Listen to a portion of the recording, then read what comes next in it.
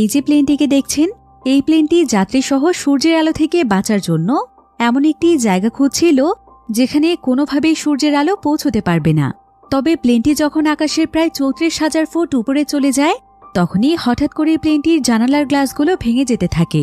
ফলে প্লেনের ভেতর প্রবেশ করতে থাকে ভয়ানক বাতাস, যেটা সম্পূর্ণ প্লেনকে একদম তছনছ করে দিচ্ছিল। এরপর প্লেনটি নিয়ন্ত্রণ হারিয়ে আরও বেশি উপরের দিকে যেতে শুরু করে। ফলে আকাশের এত উচ্চতায় প্লেনের ভেতর থেকে অক্সিজেন পুরোপুরিভাবে চলে যায়। সমস্ত যাত্রীরা পড়ে যায় তাদের জীবনের সবচাইতে ভয়ানক বিপদে। আসলে এ সময় হঠাৎ করেই মানুষ সূর্যের আলোর কারণে মারা যাচ্ছিল। যেই মানুষের শরীরে সূর্যের আলো পড়ত, সেই সঙ্গে সঙ্গে মারা যেত। তাই এই সূর্যের আলো থেকে বাঁচার জন্যই এই বিমানের যাত্রীরা একটি সুরক্ষিত জায়গাতে যাওয়ার মিশনে নেমেছিল। কিন্তু মাঝ আকাশে তারা পড়ে যায় ভয়ানক বিপদে। একদিকে তাদের প্লেন তো তছনছ হয়ে যাওয়ার মতো অবস্থা, অন্যদিকে আকাশে সূর্য উঠতে বাকি আছে মাত্র ২০ মিনিট। এখন তারা কি শেষ পর্যন্ত বাঁচতে পেরেছিল, নাকি সেখানেই তাদের সকলের মৃত্যু হয়েছিল?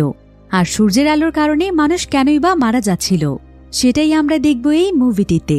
তাহলে চলুন ঘুরে আসা যাক ভয়ানক এক বিমান যাত্রার গল্প থেকে। তো গল্পটি শুরু হয় একটি এয়ারপোর্টে, যেখানে আমরা ট্রেনজিও নামক একজন ব্যক্তিকে দেখতে পাই। তাকে দেখে মনে হচ্ছিল যে সে হয়তো কোনো এক বিষয় নিয়ে দুশ্চিন্তায় রয়েছে। এরপর সে এয়ারপোর্টের রিসিপশনে যায়, আর সে সেখানকার কর্মীর কাছে জানতে চায় যে ওয়েস্টের দিকের ফ্লাইটটি কখন ছাড়বে। সেই কর্মী জানায় যে এখন থেকে আরও ২ ঘন্টা পর। এরপর ট্রেনজিও তার জন্য সেই ফ্লাইটের টিকিট নেয়, যাতে করে সেই এয়ারপোর্টের টার্মিনাল ক্রস করতে পারে। অন্যদিকে আমরা একটি মেয়েকে দেখতে পাই, যে কিনা তার একজন ফ্রেন্ডের সঙ্গে ভিডিও কলে কথা বলছিল। তার সেই ফ্রেন্ড ছিল নিউ ইয়র্কে। তো কথা বলতে বলতে হঠাৎ করেই তার সেই ফ্রেন্ড অজ্ঞান হয়ে যায়। এতে সেই মেয়েটি অনেক বেশি ভয় পেয়ে যায়। এরপর সে তার সঙ্গে বারবার যোগাযোগ করতে চাইলেও ব্যর্থ হয়। এদিকে টার্মিনালে আবার নিউজ চলছিল। তবে হঠাৎ করে নিউজটির নিউজ প্রেজেন্টারও অজ্ঞান হয়ে যায়। এরপর নিউজে শহরের বিভিন্ন জায়গা দেখানো হয়, সেখানেও প্রায় অনেক মানুষ অজ্ঞান অবস্থায় পড়েছিল। কিন্তু এটা কেন ঘটছিল এই ব্যাপারে কেউই জানে না। এই সমস্ত কিছু এখানে বসে ট্রেনজিও দেখছিল। সেতে অনেক বেশি ভয় পেয়ে যায়, আর তাকে দেখে মনে হচ্ছিল যে সে হয়তো এই ব্যাপারে কিছু জানে। এখন ট্রেনজিও সেখানে বেশ কিছুক্ষণ দাঁড়িয়ে মনে মনে নিজেকে বলছিল যে তার এখন আর চুপ করে থাকার সময় নেই, তাকে এখন কিছু একটা করতে হবে। এই বলে সে টার্মিনালের একটি দরজার সামনে চলে যায়, যেখানে গার্ড দাঁড়িয়েছিল। ট্রেনজিও তখন জোর করে সেই গার্ডের হাত থেকে তার বন্দুকটি ছিনিয়ে নেয়। আর সে সেই বন্দুকটি নিয়ে দৌড়তে দৌড়তে আশেপাশে থাকা সবাইকে বলছিল, খবরদার, কেউ আমার কাছে আসার চেষ্টা পর্যন্ত করবেন না। যে আমাকে বাধা দেওয়ার চেষ্টা করবে তাকেই আমি গুলি করে মেরে ফেলব। ট্রেনজিওর এ কথা শুনে সেখানে থাকা সকলেই অনেক ভয় পেয়ে যায়, আর তারা ট্রেনজিওর রাস্তা থেকে দূরে সরে যায়। ট্রেনজিও তখন দৌড়তে দৌড়তে টার্মিনাল ক্রস করে সোজা সেই বিমানের কাছে চলে আসে, যেটা ২ ঘন্টা পরে ছাড়ার কথা ছিল। তো ট্রেনজিও দৌড়ে তখন সেই বিমানটির ভেতরে ঢুকে পড়ে, যেটার কিছুক্ষণের মধ্যেই ছাড়বে। এই বিমানটি আসলে মস্কোর উদ্দেশ্যে রওনা হবে। তো ট্রেনজিও এবার বিমানে থাকা সবার দিকে বন্দুক তাক করে, আর সে বিমানে থাকা ক্রুদেরকে বলে যে তারা যেন আর এক মুহূর্ত দেরি না করে, এখনই যেন বিমানটিকে ছাড়া হয়। কিন্তু তারা এখানে ট্রেনজিওকে বোঝানোর চেষ্টা করে যে এখনো এখানে বিমানের মেইন পাইলট আসেনি, তাই অদক্ষ পাইলট যদি এই বিমানটি পরিচালনা করে তাহলে অনেক বড় ধরনের দুর্ঘটনা ঘটবে, এমনকি তার তো নিজের জীবনেও ঝুঁকিতে পড়ে যাবে। কিন্তু ট্রেনজিও কোনো কথাই শুনতে চাইছিল না। তাই এই বিমানের যে কো পাইলট রয়েছে সে রেগে গিয়ে ট্রেনজিওর সঙ্গে লড়াই করতে শুরু করে। এখন লড়াইয়ের এক পর্যায়ে সেই পাইলটের শরীরে একটি গুলি লেগে যায়। গুলিটি পাইলটের হাতে লেগেছিল, তাই সে একটি কাপড় দিয়ে তার হাতের ব্লিডিং বন্ধ করার চেষ্টা করে। এখন এসব কিছু দেখে বিমানে থাকা সমস্ত যাত্রীরা ভয় পেয়ে যায়, কিন্তু ফ্লাইট অ্যাটেন্ডেন্ট তাদেরকে শান্ত রাখার চেষ্টা করছিল। সে তাদেরকে জানায় যে খুব শীঘ্রই সবকিছু ঠিক হয়ে যাবে, তারা কেউ যেন আতঙ্কিত না হয়। এরপর ট্রেনজিও যাত্রীদের কাছে এসে বলে যে এখানে কি এমন কেউ আছে যে কিনা বিমান চালাতে পারে? তখন সিটে বসে একটি মেয়ে হাত তোলে। সে জানায় যে সে বিমান চালাতে দক্ষ, আর বর্তমানে সে একজন রিটায়ার্ড পাইলট। ট্রেনজিও তখন তাকে বিমানটি চালানোর জন্য অনুরোধ করে। এরপর মেয়েটি তখন পাইলটের সিটে বসে সঙ্গে সঙ্গে বিমানটিকে সেখান থেকে টেক অফ করায়। আর ট্রেনজিও তখন গুলি চালানোর কারণে বিমানের এভিওনিক্স ভেঙে গিয়েছিল, তাই চাইলেও এখন এই প্লেন থেকে কেউ বের হতে পারবে না। তাই বাধ্য হয়ে এখানে উপস্থিত সমস্ত যাত্রীদেরকে এই সফরে যেতে হয়। তো যে মেয়েটি এখানে বিমান চালাচ্ছিল সেই মেয়েটির নাম হচ্ছে সিলভি। এখানে এই বিমানে থাকা কো পাইলট সিলভির কাছে জানতে চায় যে এত ইমার্জেন্সি ভাবে প্লেনটিকে টেক অফ করানোর কি দরকার ছিল। ট্রেনজিও এখানে সিলভির মাথায় বন্দুক তাক করেছিল, যাতে করে সিলভি এবং বাকি সবাই তার কথা শোনে। এরপরেই কো পাইলট এখানে ট্রেনজিওর কাছে জানতে চায় যে এত ইমার্জেন্সি ভাবে বিমানটিকে টেক অফ করানোর কি দরকার ছিল, সে কি বিমানটিকে হাইজ্যাক করতে চাইছে। কিন্তু ট্রেনজিও তাকে জানায় যে সে নেটোর একজন বড় পদের অফিসার ছিল, অর্থাৎ সে নর্থ আটলান্টিক ট্রিটি অর্গানাইজেশনের একজন সদস্য। তাই সে এমন কিছু বিষয় সম্পর্কে জানে যেটা অন্যরা জানে না, তাই সে যেটা বলছে তারা যেন সেটাই করে। কিন্তু কো পাইলট বারবার তাকে প্রশ্ন করছিল, সে আসলে এই ঘটনার মূল কারণ জানতে চাইছিল। এখন প্রায় অনেকবার তার অনুরোধের পরে ট্রেনজিও তাদেরকে জানায় যে আসলে সূর্যের মধ্যে এমন কিছু পরিবর্তন ঘটেছে যার ফলে সূর্যের আলো মারাত্মকভাবে বিপজ্জনক হয়ে উঠেছে, আর আগামীকাল সূর্য ওঠার সাথে সাথে সূর্যের আলোতে নাকি সমস্ত মানুষ মারা যাবে। মানুষ যতই নিজেকে সূর্যের আলো থেকে সুরক্ষিত রাখার চেষ্টা করুক না কেন, এমনকি যারা ঘরের ভেতরেও লুকিয়ে থাকবে তারাও নাকি সূর্যের আলোর প্রভাবে মারা যাবে। এরপর ট্রেনজিও আরও বলে, আজকে সকাল থেকে সারাদিন যেই নিউজগুলো দেখানো হয়েছে সেগুলো আপনারা নিশ্চয়ই দেখেছেন। জাপান এবং কোরিয়ার মতো দেশগুলোতে অলরেডি অনেক মানুষ মারা গিয়েছে। যদিও নিউজে সেই সমস্ত মানুষদেরকে সেন্সলেস বলা হচ্ছে, কিন্তু আসলে তারা সবাই মারা গিয়েছে। আর যদি এখনো তারা কোনো ব্যবস্থা না করে তাহলে তারা সবাইও এই বিপদের সম্মুখীন হবে। কিন্তু ট্রেনজিওর এসব কথা পাইলট বিশ্বাসই করছিল না, কারণ তার কাছে মনে হচ্ছিল যে এত বড় কিছু হয়ে গেলে তো সবার জানার কথা। এখন পাইলট এখানে ট্রেনজিওকে বলে, আমার তো মনে হচ্ছে আপনি একজন পাগল, আপনার তো ট্রিটমেন্টের দরকার, আপনি নিজে ট্রিটমেন্ট না করে আমাদেরকে বিপদে ফেলতে এসেছেন। কিন্তু ট্রেনজিও তখন বলে, আপনার কাছে হয়তো এখন আমাকে সত্যিই পাগল মনে হতে পারে, কিন্তু বিশ্বাস করুন আমি সত্যি কথা বলছি। এরপর জানা যায় যে এই পাইলটের নাম হচ্ছে ম্যাথিউ। এখানে আবার ম্যাথিউর হাতে প্রচুর পরিমাণে ব্লিডিং হচ্ছিল, আর এই ব্যাপারটি সেখানে অ্যানাউন্স করলে একজন যাত্রী জানায় যে সে ডক্টর, সে পাইলটকে সাহায্য করতে পারবে। যদিও এখানে বুলেটটি বের করার মতো কোনো ব্যবস্থা ছিল না, কিন্তু সেই ডক্টর এখানে তার বেসিক নলেজকে কাজে লাগিয়ে একটি ধারালো জিনিসকে গরম করে কোনো মতে ম্যাথিউর হাতের বুলেটটিকে বের করে, আর সে খুব সুন্দরভাবে তাকে ব্যান্ডেজ করে দেয় এবং বলে যে তাকে স্ট্রং থাকতে হবে, কারণ এই বিমানের সমস্ত যাত্রীদেরকে বাঁচানোর দায়িত্ব এখন তার উপর। এরপর ম্যাথিউদের সাথে যখন ট্রেনজিও ছিল না তখন ম্যাথিউ সেলভিকে বলে যে আপাতত তারা বিমানটিকে সেখানেই ল্যান্ড করাবে যেখানে ট্রেনজিও তাদেরকে বলবে, কারণ এখন ট্রেনজিওর কথা না শুনলে বিপদ হতে পারে। আর ট্রেনজিও যেহেতু তাদের উপর বন্দুক তাক করে তাদেরকে এই বিমানটি চালাতে বাধ্য করেছে, তাই এতক্ষণে নিশ্চয়ই মিলিটারি বিমান তাদের পিছু পিছু আসছে। তাদের দুশ্চিন্তার কোনো কারণ নেই, মিলিটারিরা অবশ্যই তাদেরকে উদ্ধার করবে। কিন্তু সেলফির কাছে মনে হচ্ছিল না যে কোনো মিলিটারি তাদেরকে বাঁচাতে আসছে। অন্যদিকে দেখা যায় যে বিমানটিতে থাকা সমস্ত যাত্রীরাও এই খবরটি জানতে পেরেছে যে সূর্যের রশ্মি মানুষকে মেরে ফেলছে, কিন্তু তারা কেউই এই বিষয়টি বিশ্বাস করতে পারছিল না। এখানে আয়াজ নামক একজন তুর্কিশ যাত্রী ছিল, সে এখানে বিমানে কর্মরত সকলের উপর চিৎকার চেঁচামেচি করছিল, কারণ তার কাছে মনে হচ্ছিল যে এটা হয়তো যাত্রীদেরকে কিডন্যাপ করার জন্য তাদের কোনো ট্র্যাপ হতে পারে। কিন্তু কেবিন ক্রু তাকে ভালোভাবে বিষয়টি বুঝিয়ে শান্ত করে। এরপর দেখা যায় কিছুক্ষণের মধ্যে একজন যাত্রী সেখানে অনেক অসুস্থ হয়ে পড়ে, আর প্রায় অনেক যাত্রী তাকে সাহায্য করতে গেলে আয়াজও সেই যাত্রীকে সাহায্য করার ভান করে, আর সে সুযোগ বুঝে তাড়াতাড়ি করে ট্রেনজিওর হাত থেকে তার বন্দুকটি ছিনিয়ে নেয়। এরপর সে ট্রেনজিওর দিকে উল্টো বন্দুক তাক করে তাকে বিমানের টয়লেটে চলে যেতে বলে। এখন ট্রেনজিও ভয় পেয়ে টয়লেটের মধ্যে চলে গেলে সবাই তাকে সেই টয়লেটের ভেতরেই বন্দি করে রেখে দেয়। এরপর আয়াজ এখানে ম্যাথিউর দিকে বন্দুক তাক করে, আর সে তার কাছে জানতে চায় যে আসলে এখানে কি হচ্ছে, সেই সাথে তারা যাত্রীদের সঙ্গে কি করতে যাচ্ছে। কিন্তু ম্যাথিউ এখানে তাকে বুঝিয়ে বলার চেষ্টা করে। সে তাকে বলে যে এটা তাদের কোনো ট্র্যাপ নয়, তারা যাত্রীদের সঙ্গে কিছুই করতে চায় না, বরং ট্রেনজিওর জন্য এসব কিছু হয়েছে। ট্রেনজিও দাবি করছে যে সূর্যের আলো নাকি মানুষকে মেরে ফেলছে, তাই ট্রেনজিও তাদেরকে প্লেন ছাড়তে বাধ্য করেছে। আর এখন তারা ওয়েস্টের দিকে যাচ্ছে যেখানে আইসল্যান্ড রয়েছে, কারণ সেখানে না গেলে ট্রেনজিও তাদের উপর হামলা করত। এরপর ম্যাথিউ সকলকে উদ্দেশ্য করে বলে, আপনাদের দুশ্চিন্তা করার কোনো প্রয়োজন নেই, আমরা কন্ট্রোল রুমের সাথে যোগাযোগ রাখার চেষ্টা করছি। যখনই আমরা আইসল্যান্ডে পৌঁছে যাব তখনই পুলিশ এসে আমাদেরকে উদ্ধার করবে এবং ট্রেনজিওকেও সঙ্গে সঙ্গে অ্যারেস্ট করা হবে। আপনারা শুধু সাময়িক সময়ের জন্য একটু ধৈর্য ধরুন। এখন ম্যাথিউর কাছে সূর্যের আলোর এই বিষয়টি শুনে অনেক যাত্রীরা বলে যে গতকাল থেকে তারাও অনেক অদ্ভুত জিনিস লক্ষ্য করেছে। তাহলে কি ট্রেনজিওর কথাই সত্যি? এসব কথা ভেবে সকলেই তাদের পরিবারের জন্য দুশ্চিন্তায় পড়ে যায়। কিন্তু বিমানের কো পাইলট এখানে তাদেরকে শান্ত করে আর বলে যে তাদের চিন্তা করার কোনো প্রয়োজন নেই। একজন পাইলট হিসেবে সকলের প্রতি তার যতটুকু কর্তব্য সেটা সে পালন করবে। যদি সত্যিই এমন কিছু হয়ে থাকে তাহলে সে তাদেরকে বাঁচানোর আপ্রাণ চেষ্টা করবে এবার দেখতে দেখতেই তাদের প্লেনটি আইসল্যান্ডের একদম কাছে চলে আসে। তো মিথু যখন এখানে প্লেনটিকে ল্যান্ড করাতে যাবে তখন সে দেখতে পায় যে এখানে তো অলরেডি অনেক প্লেন এসে ল্যান্ড করেছে, আর এত বেশি প্লেন এখানে এসে ল্যান্ড করেছে যে অনেক প্লেন তো ক্র্যাশ হয়ে আগুন লেগে গিয়েছে। তাই এখানে কিছুতেই তাদের প্লেনটিকে ল্যান্ড করানো যাবে না। এমনকি ট্রেনজিও এবং সেলভি উপর থেকেই দেখতে পায় যে সেখানে মানুষ বাঁচার জন্য ছুটোছুটি করছে। আর এত বেশি প্লেন এখানে ল্যান্ড করতে দেখে মেথিউ খুব ভালোভাবেই বুঝে যায় যে ট্রেনজিও আসলে তাদেরকে সত্য কথাই বলছে। এখন এখানে যেহেতু ল্যান্ড করার মতো তেমন কোনো জায়গা ছিল না, তাই মেথিউ সিদ্ধান্ত নেয় যে এখান থেকে তারা আরেকটু সামনের অঞ্চলে গিয়ে ল্যান্ড করবে, আর সেই জায়গাটি হচ্ছে স্কটল্যান্ড। এবার বিমানটি স্কটল্যান্ডের উদ্দেশ্যে রওনা হওয়ার পর ট্রেনজিওকে বিমানের টয়লেট থেকে বের করে আনা হয়।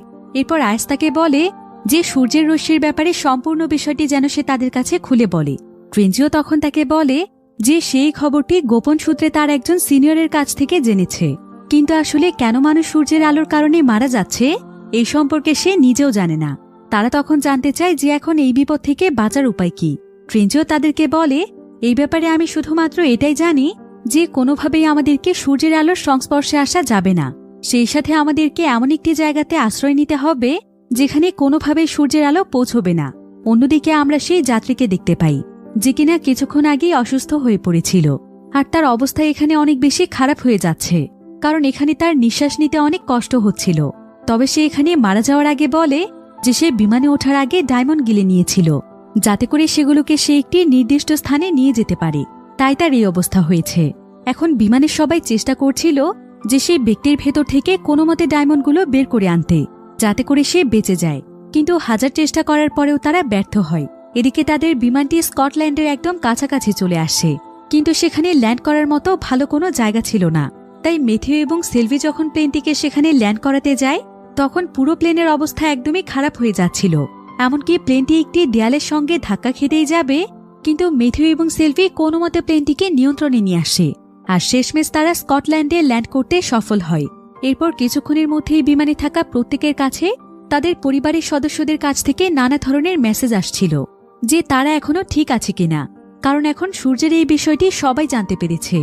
এমনকি ইন্টারনেটেও এখন পুরো বিশ্বে এই নিউজটি ভাইরাল হয়ে গিয়েছে। এবার যাত্রীরা এখানে সেই সমস্ত নিউজের মাধ্যমে জানতে পারে যে বর্তমানে পৃথিবীর প্রায় অর্ধেক মানুষই নাকি সূর্যের আলোর সংস্পর্শে এসে মারা গিয়েছে, অর্থাৎ যে সমস্ত দেশগুলোতে এখন সূর্য উঠেছে সেই সমস্ত দেশগুলো শত শত মানুষ মারা যাচ্ছে। এদিকে তারা এখন যে এয়ারপোর্টটিতে ল্যান্ড করেছে সেখানে কোনো মানুষই ছিল না, কারণ অলরেডি সেখান থেকে সকল মানুষেরা পালিয়ে গিয়েছে। এরপর তারা সবাই মিলে সেখানে পরিকল্পনা করছিল যে যেভাবেই হোক তাদেরকে একটি অন্ধকার সুরক্ষিত জায়গা খুঁজে বের করতে হবে। কিন্তু নিউজের মাধ্যমে তারা সবাই একটি বিষয় জানতে পেরেছিল যে সূর্য ওঠার পরে যদি কেউ মাটির নিচের বাংকারের মধ্যে গিয়েও লুকিয়ে থাকে তাও নাকি সে মারা যাবে। কিন্তু তারপরও তারা সবাই বাঁচার জন্য নানাভাবে প্রস্তুতি গ্রহণ করছিল। এদিকে কিছুক্ষণের মধ্যে বিমানটি তাদেরকে নিয়ে ওয়েস্টের দিকে রওনা হবে, তাই সকল যাত্রীরা এয়ারপোর্টে তাদের সমস্ত দরকারি জিনিসপত্র গুছিয়ে নিচ্ছিল, যেমন খাবার পানি থেকে শুরু করে অন্যান্য জিনিসপত্র। এই সমস্ত জিনিস রেডি করে তারা আবারও বিমানে উঠে পড়ে। কিন্তু তাদের মধ্যে আরও একজন যাত্রী ছিল যে কিনা তার ওয়াইফের কাছে যেতে চাচ্ছিল, তাই সে বিমান থেকে চলে যেতে চায়, কারণ সে ওয়েস্টের দিকে যাবে না, সে এখান থেকে তার ওয়াইফের কাছে যাওয়ার চেষ্টা করবে। কিন্তু সবাই এখানে তাকে বাধা দেওয়ার চেষ্টা করলে লোকটি অনেক রেগে যায়, যার ফলে তাকে প্লেন থেকে চলে যাওয়ার অনুমতি দেওয়া হয়। এবার সম্পূর্ণভাবে প্রস্তুত হয়ে আবারও বিমানে করে তারা তাদের নেক্সট স্টপের উদ্দেশ্যে রওনা হয়। তাদের নেক্সট স্টপ ছিল কানাডায়। সেখানে তারা বিমানটিকে স্টপ করে বিমানের মধ্যে ফিউয়েল ঢোকাবে এবং তাদের বিমানের রেডিওটিকে ফিক্সড করবে, যাতে করে প্রতিটি মুহূর্তে তারা সমস্ত জায়গার খবরাখবর পেতে পারে। কারণ হঠাৎ করেই তাদের প্রত্যেকের মোবাইলেরই ইন্টারনেট কানেকশন চলে গিয়েছিল, কিন্তু কিছুক্ষণ পরেই দেখা যায় যে ইন্টারনেট কানেকশন আবারও ঠিক হয়ে গিয়েছে। এখন তাদের প্রত্যেকের ফোনেই তাদের পরিবারের কাছ থেকে শেষ একটি মেসেজ এসেছে। সবাই তাদের কাছে মৃত্যুর আগে বিদায়ের মেসেজ পাঠিয়েছে, অর্থাৎ এতক্ষণে তারা সবাই মারা গিয়েছে। তাই সেখানে থাকা প্রত্যেকে অনেক ডিপ্রেশনে ছিল। কিন্তু কিছুক্ষণ পরেই তাদের মধ্যে থাকা একজন ব্যক্তি তাদের সবাইকে বলে যে সে একটি নিউজ দেখতে পেয়েছে যেখানে এই সূর্যের আলোতে মৃত্যুর কারণ সম্পর্কে বলা হয়েছে। জানা গিয়েছে যে মৃত্যুর মূল কারণ হচ্ছে সূর্যের ক্ল্যারিটি। এখন সূর্যের ক্ল্যারিটি সম্পর্কে তো সবাই জানত না, তবে বিমানটিতে একজন ক্লাইমেট এক্সপার্ট ছিল যার কিনা সূর্যের ক্ল্যারিটি সম্পর্কে ধারণা রয়েছে। সে তখন সকলকে উদ্দেশ্য করে বলে যে সূর্যের মধ্যে একটি ম্যাগনেটিক ফিল্ড রয়েছে যেটা প্রতি 11 বছর পর পর রিভার্স হতে থাকে। কিন্তু এবার যখন সেটা সেই একই পদ্ধতিতে রিভার্স হচ্ছিল তখন দেখা গিয়েছে যে রিভার্সের গতি এবার অনেক কম। তাই পৃথিবীতে সূর্যের গামারশ্মির বিকরণ বেড়ে গিয়েছে। গামারশ্মি হচ্ছে এক প্রকার চুম্বকীয় বিকরণ, যেটার কারণে পৃথিবীতে এর প্রভাব অনেক বেশি পড়ে। এমনকি সূর্যের আলো আস্তে আস্তে মানুষের জন্য বিপজ্জনক হয়ে ওঠে। আর গামারশ্মিজনিত সূর্যের আলো মানুষের শরীরে পড়লে সঙ্গে সঙ্গেই মানুষের শরীরের গতি একদম পরিবর্তন হয়ে যায়। এমনকি মুহূর্তের মধ্যে শরীরের ভেতরে বিভিন্ন প্রতিবন্ধকতা তৈরি হয়। আর এই কারণেই এখন মানুষ সূর্যের আলোর সংস্পর্শে আসলেই মারা যাচ্ছে। এসব কথা জানতে পেরে সবাই বুঝে যায় যে সূর্যের আলোতে মানুষের মৃত্যুর মূল কারণই হচ্ছে গামারশ্মি। এবার কিছুক্ষণ পরেই দেখা যায় যে আইএস একটি নতুন রিপোর্ট পেয়েছে, যেখানে RAF এর 3 জন ব্যক্তির ছবি দেওয়া আছে। আর তারা ছিল ক্রিমিনাল, যারা কিনা তাদের দেশ ছেড়ে পালিয়েছিল। আর আজকে তাদেরকে এই বিমানে করে তাদের দেশে পৌঁছে দেওয়ার কথা ছিল, যেখান থেকে পুলিশেরা তাদেরকে সোজা থানায় নিয়ে যেত। অর্থাৎ এখন সেই 3 জন ক্রিমিনাল তাদের সঙ্গে তাদের বিমানেই রয়েছে। এরপর দেখা যায় সেই ক্রিমিনালদের মধ্যে একজন ক্রিমিনাল বিমানের একজন বয়স্ক যাত্রীর সঙ্গে ঝগড়া করছিল। আর সামান্য একটি বিষয় নিয়ে সে তাকে মারধর করে ধাক্কা দিয়ে ফেলে দেয়, যার ফলে সেখানে সে বৃদ্ধ লোকটি মারা যায়। এখন এই 3 জন ক্রিমিনালের জন্য সবাই অনেক আতঙ্কিত হয়ে পড়েছিল, কারণ এরা যে কোনো সময় যে কোনো মানুষের গায়ে হাত তুলতে পারে। তো মিথু যখন এই বিষয়টি জানতে পারে তখন সে সিদ্ধান্ত নেয় যে তারা কানাডার এয়ারপোর্টে এই 3 জন ক্রিমিনালকে বিমান থেকে নামিয়ে দেবে। এরপর ফিউল ভরে বাকি যাত্রীদেরকে নিয়ে সে রওনা হবে। এখানে সবাই তার কথার সঙ্গে একমত হয়, কিন্তু তাদের এই প্ল্যানটি সম্পর্কে সেই 3 জন ক্রিমিনাল জানত না। এরপর তাদের প্ল্যান মোতাবেক তারা সঙ্গে সঙ্গে কানাডার এয়ারপোর্টে ল্যান্ড করে। আর এখানে আস্তে আস্তে তাদের প্রায় মধ্যরাত পার হয়ে গিয়েছিল। তাই সূর্য উঠতে এখন আর মাত্র 2 ঘন্টা সময় বাকি। তাই তাড়াতাড়ি করে সমস্ত যাত্রীদেরকে বিমান থেকে নামানো হয়। এরপর প্ল্যান মোতাবেক সেই 3 জন ক্রিমিনালকে বলা হয় যে তাদের বিমানের রেডিওতে সমস্যা হয়েছে। তাই তাদের দায়িত্ব হচ্ছে যে আশেপাশে কোনো রিপেয়ার শপ আছে কিনা সেটা খোঁজা, যেখান থেকে তারা বিভিন্ন প্রয়োজনীয় জিনিসপত্র নিতে পারবে। আর ততক্ষণে বাকি যাত্রীরা অন্যান্য প্রস্তুতি গ্রহণ করবে। কিন্তু সেই ক্রিমিনালরা তখন জানায় যে আশেপাশে সব খুঁজতে তাদের কোনো সমস্যা নেই, কিন্তু তারা চায় যে তাদের সঙ্গে আরও 2 জন যাত্রী যাক, কারণ তারা 3 জন মিলে এত বড় এরিয়াতে খুঁজে শেষ করতে পারবে না।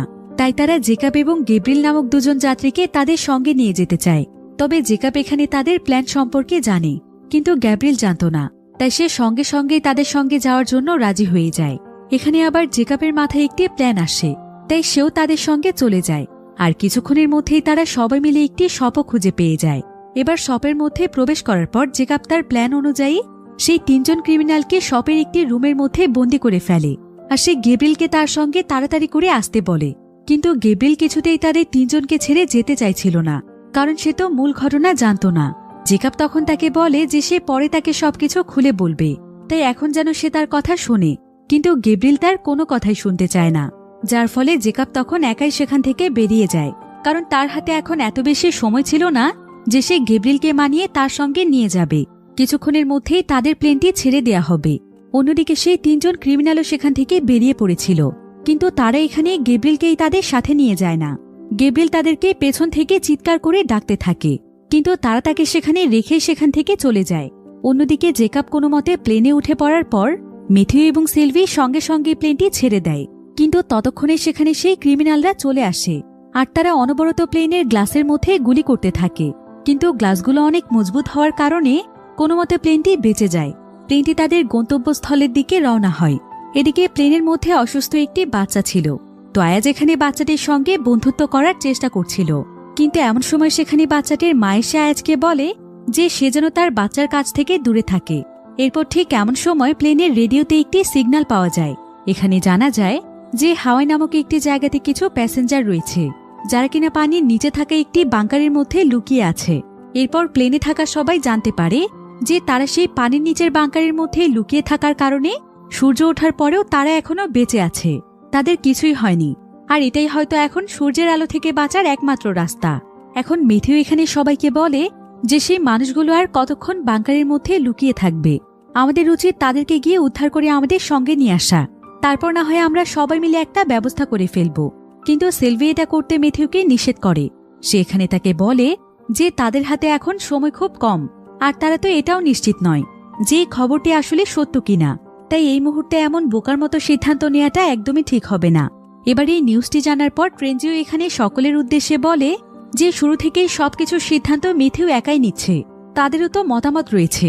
মেথিউ কেন তাদের সবার মতামত নিচ্ছে না, কারণ সবাই মিলে যদি একসঙ্গে মতামত দেয় তাহলে সেটাই হয়তো সঠিক সিদ্ধান্ত হবে।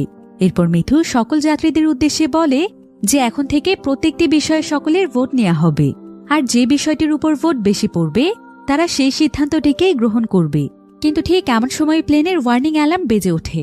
জানা যায় যে প্লেনের কোনো ফাংশনে সমস্যা হয়েছে, তাই প্লেনের সবকিছু একদম তছনছ হয়ে যাচ্ছিল। দেখতে দেখতেই প্লেনটি নিচের দিকে পড়ে যাচ্ছিল। এতে সমস্ত যাত্রীরা একদম ভয় পেয়ে যায়। এদিকে সঙ্গে সঙ্গে মেথিউ বিষয়টি চেক করতে গিয়ে দেখতে পায় যে সেই 3 জন ক্রিমিনাল আসলে তাদের পিছু করছিল।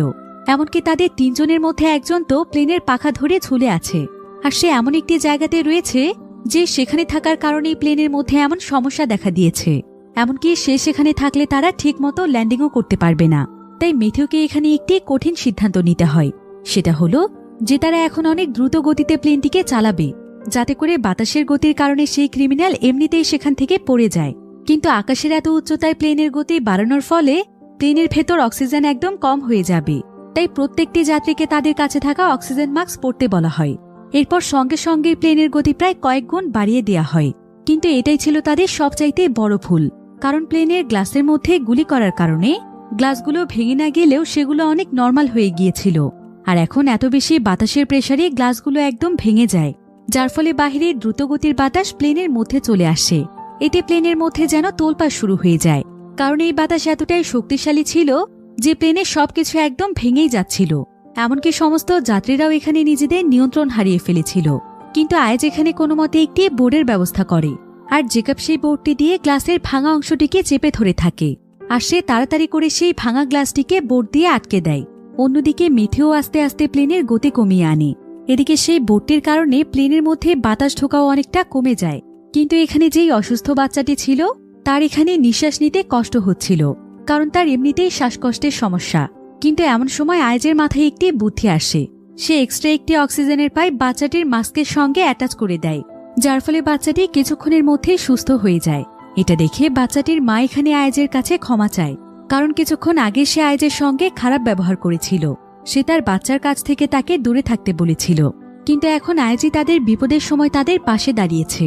তো এই প্লেনটির এখন যাওয়ার কথা ছিল হাওয়াইতে, কিন্তু মেথিউ এখানে সবকিছু পর্যবেক্ষণ করে বলে যে আমরা এখন যে গতি নিয়ে এগোচ্ছি এভাবে করে নির্দিষ্ট সময়ের মধ্যে আমরা হাওয়াইয়ে পৌঁছতে পারবো না। তাই তারা সঙ্গে সঙ্গেই তাদের লোকেশন চেঞ্জ করে ফেলে। এদিকে আবার তাদের প্লেনের মধ্যে তেমন একটা ফিউয়েলও ছিল না, তাই সেলভি বলে যে আলাস্কাতে তারা ইমার্জেন্সি ল্যান্ড করতে পারবে, আর সেখান থেকে তাদের প্লেনে ফিউয়েলে নিতে হবে। কিন্তু এখানে জানা যায় যে তাদের প্লেনের যে ল্যান্ডিং এরিয়া রয়েছে সেখানে এখনো 2 জন ক্রিমিনাল লুকিয়ে আছে, আর তাদের জন্য এখন তারা চাইলেও প্লেনটিকে সঠিকভাবে ল্যান্ড করাতে পারবে না। তাই প্রথমে তাদেরকে সেখান থেকে সরানোর ব্যবস্থা করতে হবে। এখন আয়াত, জ্যাকব এবং ট্রেনজিও তারা 3 জন মিলে সেই ক্রিমিনালদেরকে সেখান থেকে বের করার দায়িত্ব নেয়।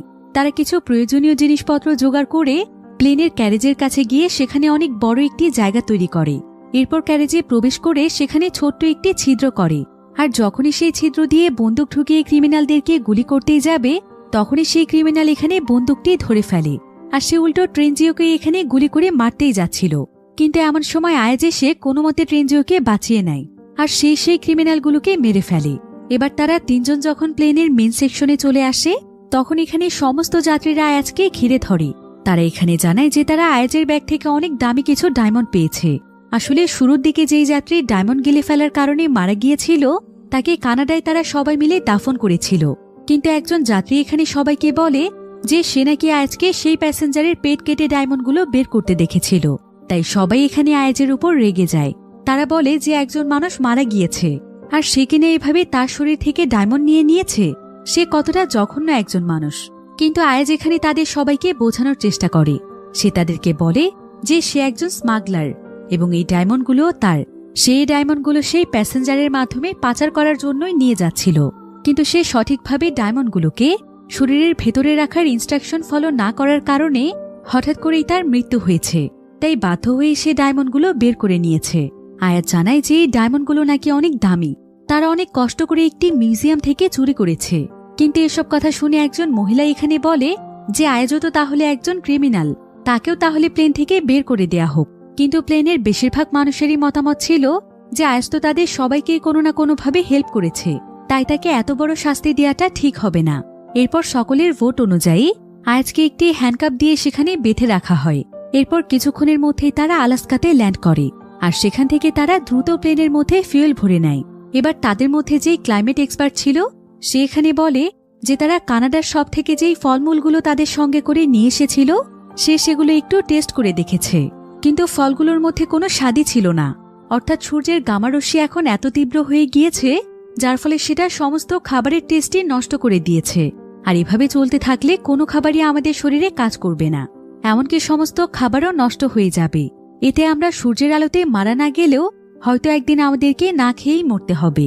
এদিকে মিথিও এসব কথা শুনতে পাচ্ছিল, তাই সেখানে সেই লোকের কাছে এসে বলে তাদেরকে এখন শুধুমাত্র একটি বিষয়ের উপর ফোকাস করতে হবে, সেটা হলো যেভাবেই হোক তাদেরকে এমন একটি জায়গাতে যেতে হবে যেখানে সূর্যের আলো নেই। তাই খাবারের ব্যাপারে তারা পরে চিন্তা করবে। এবারের কিছুক্ষণ পরেই আবারও রেডিওতে সিগন্যাল পাওয়া যায়, যেখানে কি কথা বলা হচ্ছিল সেটা ভালো করে বোঝা যায় না। তারা শুধুমাত্র একটি কথাই শুনতে পায়, সেটা হলো স্টারা 17। তো এতে তারা সবাই বুঝতে পারে যে রেডিওতে এখন যে কথা বলছে সে আসলে একজন অ্যাস্ট্রোনয়েট, যে কিনা স্পেস থেকে কনভারসেশন করছে। কিন্তু এটা দেখে ট্রেনজিও সহ বাকি সবাই একদমই অবাক হয়ে যায়, কারণ স্পেসে কিনে সে এখনো বেঁচে আছে। আর সেই অ্যাস্ট্রোনয়েডের কথোপকথন শুনে মনে হচ্ছিল যে সে পৃথিবীর কোনো কন্ট্রোল রুমের সঙ্গে কথা বলছে। এরপর তারা সবাই মিলে এখানে সিদ্ধান্ত নেয় যে তারা এখন সোজা নেটোর হেডকোয়ার্টারে যাবে, যেখান থেকে এই সমস্ত কিছু শুরু হয়েছিল। তবে এর কিছুক্ষণ পরে দেখা যায় যে প্লেনের ওয়াশরুমে গিয়ে মেথিও অজ্ঞান হয়ে গিয়েছে।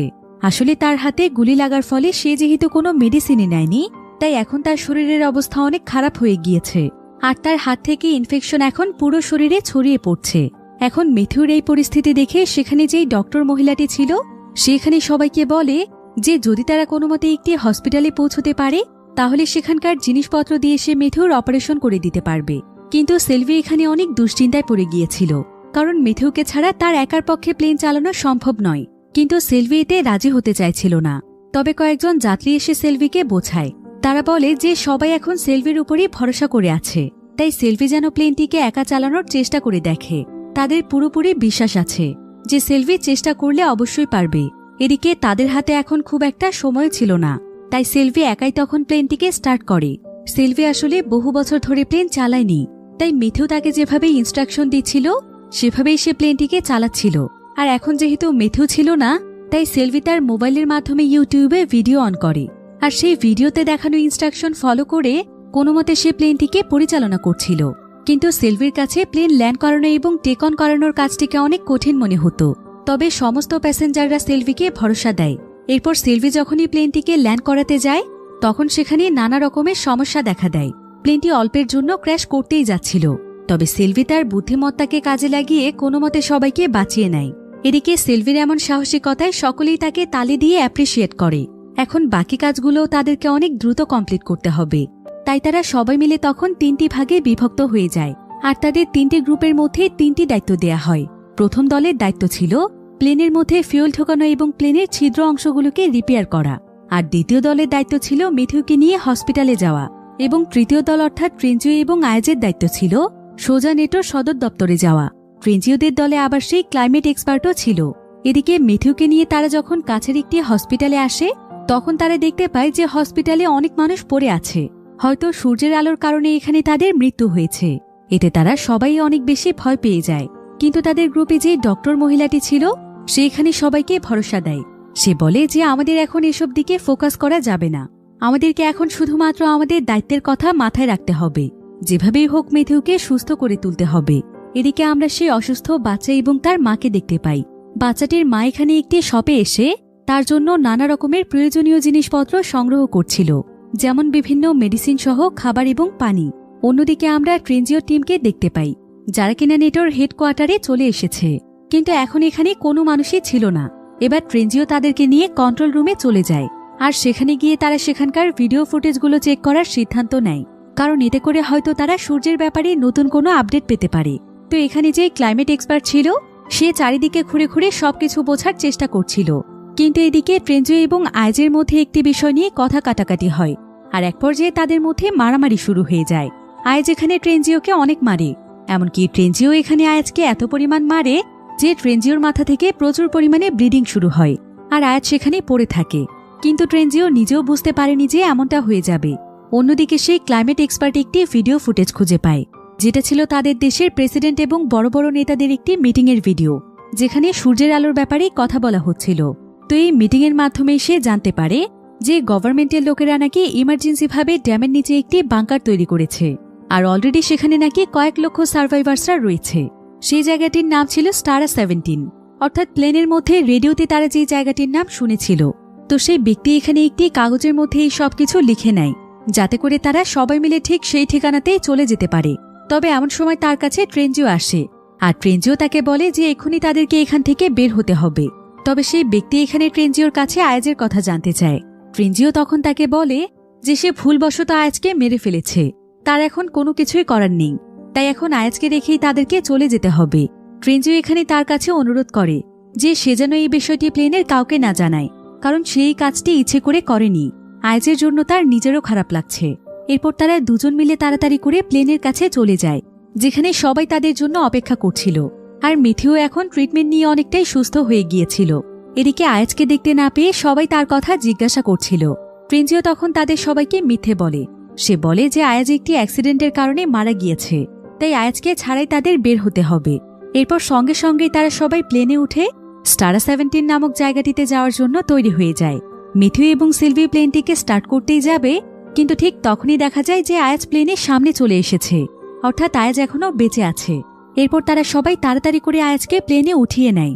আর আয়াজের সঙ্গে ট্রেনজিও যা কিছু করেছিল সেটা সবাই জানতে পারে, তাই ট্রেনজিওকে তখন শাস্তি দেওয়ার জন্য তাকে সেখানে হ্যান্ডকাপ লাগিয়ে বন্দি করে রাখা হয়। এদিকে সিলভি এখানে ম্যাপ চেক করে সবাইকে জানায় যে যদি তারা কোনো মতে স্টারা 17 নামক জায়গাটিতে পৌঁছে যায় আর কোনোভাবে যদি বাংকারটিকে খুঁজে না পায়, তাহলে তারা আর চাইলেও সেখান থেকে অন্য কোথাও যেতে পারবে না, কারণ ততক্ষণে তাদের প্লেনের সমস্ত ফিউয়েল শেষ হয়ে যাবে। তাছাড়া সেই জায়গাতে পৌঁছানোর পর তাদের কাছে মাত্র 20 মিনিট সময় থাকবে, আর সেই 20 মিনিটের মধ্যেই তাদেরকে কোনো মতে বাংকারটিকে খুঁজে বের করতে হবে। কিন্তু তারপরও তারা সবাই তাদের মনে সাহস জুগিয়ে বেরিয়ে পড়ে স্টারা 17-এর উদ্দেশ্যে। এদিকে প্রচণ্ড রকমের ব্লিডিং হওয়ার কারণে আয়াজ অনেক অসুস্থ হয়ে যাচ্ছিল।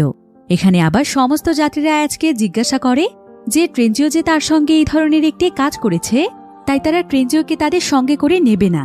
কিন্তু আয়াজ এখানে সবাইকে বুঝিয়ে বলে, সে জানায় যে ট্রেনজিও এমনটা ইচ্ছে করে করেনি, বরং এখানে তারও ভুল ছিল, তাই ট্রেনজিওকে শাস্তি দেওয়ার কোনো প্রয়োজন নেই। এবার প্রায় বেশ কিছুক্ষণ পর তারা স্টারা 17 নামক জায়গাটিতে ল্যান্ড করে। তবে বাংকারটি আসলে ঠিক কোন জায়গাতে ছিল এটা তো তারা কেউই জানত না। তো এখানে প্লেন থেকে নামার সঙ্গে সঙ্গেই তারা সেই জায়গাতে দুটো গাড়ি খুঁজে পায়, আর তারা সঙ্গে সঙ্গে প্ল্যান করে দুটো গ্রুপে বিভক্ত হয়ে যায়, যাতে করে এই গাড়িতে করে খুব দ্রুত তারা জায়গাটিকে খুঁজে বের করতে পারে। তো প্রথম গ্রুপের গাড়িটি ড্রাইভ করছিল সিলভি, আর দ্বিতীয় গাড়িটিকে ড্রাইভ করছিল আয়াজ। তবে আয়াজ যেহেতু এখানে অসুস্থ ছিল, তাই তাদের গাড়িটি একটি জায়গাতে গিয়ে অ্যাক্সিডেন্ট করে ফেলে। কিন্তু ততক্ষণে সিলভি এবং বাকি সবাই অনেক দূরে চলে এসেছিল, আর কিছুক্ষণের মধ্যেই তারা তাদের সামনে একটি গেট দেখতে পায়। তাই তারা তাদের গাড়িটি নিয়ে ভেতরে প্রবেশ করে। তবে তাদের সামনে আরেকটি গেট ছিল। তো একজন যাত্রী যখন দৌড়ে সেই গেটটিকে পার হওয়ার চেষ্টা করছিল, তখন সে সঙ্গে সঙ্গে ছিটকে মাটিতে পড়ে যায়, কারণ এই গেটটির মধ্যে ইলেকট্রিসিটি রয়েছে। এখন তারা বুঝতে পারছিল না যে তারা এই গেটটি কিভাবে পার হবে। কিন্তু এমন সময় তারা সেই গেটের পাশে একটি বাটন দেখতে পায়, আর তারা বুঝতে পারে যে এই বাটনটি প্রেস করলে গেটটি খোলে। কিন্তু সমস্যা হচ্ছে বাটনটিকে একজনের চেপে ধরে রাখতে হবে। তাই ট্রেনজিও তখন এই কাজটি করতে চায়। সে জানায় যে সবার পার হওয়ার পর সে পার হবে। এরপর ট্রেনজিও যখন বাটনটিকে প্রেস করে ধরে রাখে, তখনই সেখানে সিলভি এসে ট্রেনজিওকে গেটের সঙ্গে লক করে দেয়। আর সে ট্রেনজিওকে জানায় যে তারা ট্রেনজিওকে বিশ্বাস করে না। ট্রেনজিও যদি ইচ্ছে করেই তাদেরকে শক দিয়ে মেরে ফেলে, কারণ সে তো এমনিতেই আজের সঙ্গে অনেক খারাপ একটি কাজ করেছে, তাই সকল মানুষের পার হওয়ার পর সে পার হবে, অর্থাৎ তাদের পেছনে যারা পড়ে রয়েছে তারাও পার হওয়ার শেষে ট্রেনজিও পার হবে। কিন্তু একথা শুনে ট্রেনজিও অনেক রেগে যায়, কারণ তারা কখন আসবে সেটা কেউই জানে না। এরপর ট্রেনজিওকে সেখানে রেখেই তারা সবাই মিলে ভেতরে চলে যায়। ট্রেনজিও তখন আয়াজ এবং বাকি সবার জন্য অপেক্ষা করতে থাকে, কারণ তারা আসলেই তার হাতের হ্যান্ডকাপ খুলে দেবে। অন্যদিকে আমরা আয়াজ এবং বাকিদেরকে দেখতে পাই তারা দৌড়তে দৌড়তে আরেকটি গেটের কাছে চলে এসেছিল, যেটা ছিল এই জায়গাটিরই পেছনের গেট। তাই তারা সবাই মিলে তখন সেই গেট দিয়েই ভেতরে প্রবেশ করে। কিন্তু এদিকে বাহিরেই থেকে যায় ট্রেনজিও। অন্যদিকে তারা সবাই মিলে যখন ভেতরে প্রবেশ করে, তখন কয়েকজন মিলিটারি তাদেরকে ওয়েলকাম জানায় আর বলে যে তাদের দুশ্চিন্তার কোনো প্রয়োজন নেই, এখানে সার্ভাইভার্সদের জন্য সমস্ত ব্যবস্থা রয়েছে। আর তাছাড়া এখানে তাদেরকে শুধুমাত্র 2 দিন থাকতে হবে, কারণ 2 দিন পরে সবকিছু আবারও স্বাভাবিক হয়ে যাবে। এদিকে তারা যেহেতু গেটের কাছ থেকে অনেক দূরে চলে এসেছে, তাই ট্রেনজিওকে নিয়ে আসতে গেলে ততক্ষণে সূর্য উঠে যাবে, যার ফলে তারা কেউই আর ট্রেনজিওকে ফিরিয়ে আনতে যায় না। এদিকে ট্রেনজিও নিজেকে ছাড়ানোর অনেক চেষ্টা করছিল, কিন্তু শেষমেশ সে ব্যর্থ হয়ে নিজের কাছেই নিজে হার মেনে নেয়, আর সে মৃত্যুর জন্য প্রস্তুত হয়ে যায়। সে এখানে তার জীবনে করা সমস্ত ভুলের জন্য সৃষ্টিকর্তার কাছে ক্ষমা চায়। এরপর দেখতে দেখতে সেখানে সূর্য উঠে যায়। বাকি সবাই বেঁচে গেলেও ট্রেনজিও সেখানেই মৃত্যু হয়।